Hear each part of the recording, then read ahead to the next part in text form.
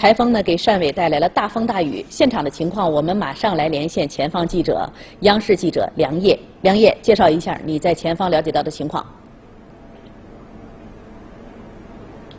好的，主持人，虽然呢距离这个台风登陆已经过去了有4个多小时，那么在这个目前为止呢，台风是已经越过了汕尾，然后进入到了广东河源境内。但是呢，从登陆之后开始，这里的大风大雨就一直没有停过。那我现在所在的位置呢，就是在这个汕尾港的这个海边。通过镜头可以来看一下，目前这个浪花依然是非常的大。那溅起的浪花呢，是在不断拍打我们现在所在的这个岸堤。那我们现在必须要小心的向前走，可以来给大家看一下。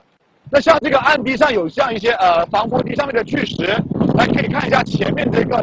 堤上面的这石块已经被掀起来了。来，我们这个再往这边可以来看一下，像我们眼前这里呢是有一个巨大的石块，那么这个石块呢原本是在这个堤坝的下边来保护这个堤坝的，那这样一个巨型的石坝呢，也是被这个浪冲到了这个岸上，那么距离我们这个岸其实大概有1米多、2米左右的距离，那这个距离呢也是非常的远，那可见这个台风所带来的冲击力。然后另外就是我们可以关注一下，就这边的房子，那首先从远了看，就这个房屋前端的这个顶部。那像这个顶部呢，它这个是一个铁皮棚的这样一个屋顶，那所以说呢，它这个铁皮棚的这个边上已经被完全的卷起来了。那我们沿着这个房子可以继续来往这儿看，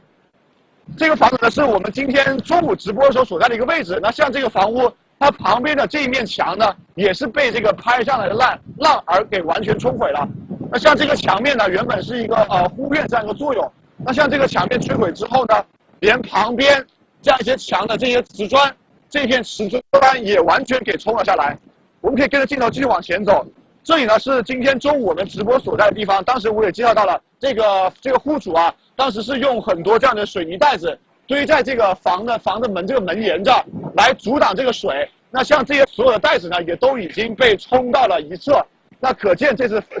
这个风雨这个带来浪花到底有多大。那除此之外呢，我现在所在的这条道路呢是进入到这个边防派出所以及海事局这样一条道路。那目前由于这个大雨带来的大浪啊，也出现了这个海水倒灌的一个情况，所以说眼前的这条道路呢，这个积水其实已经降了一点，但是目前呢依然是会没过我们的脚踝。那据我们了解到呢，由于这一次这个台风带来的影响呢，当地有多处地方也已经处于一个断水断电的情况，这就包括我们所在的这样的一个边防哨所。那由于这次台风受到巨大影响呢，我们的这个直播的设备、这车辆呢也是无法进行直播。那因此啊，我们现在呢是通过这个我们的这个手机来给大家带来最新的这样一个直播的情况。那我们现在呢也还会在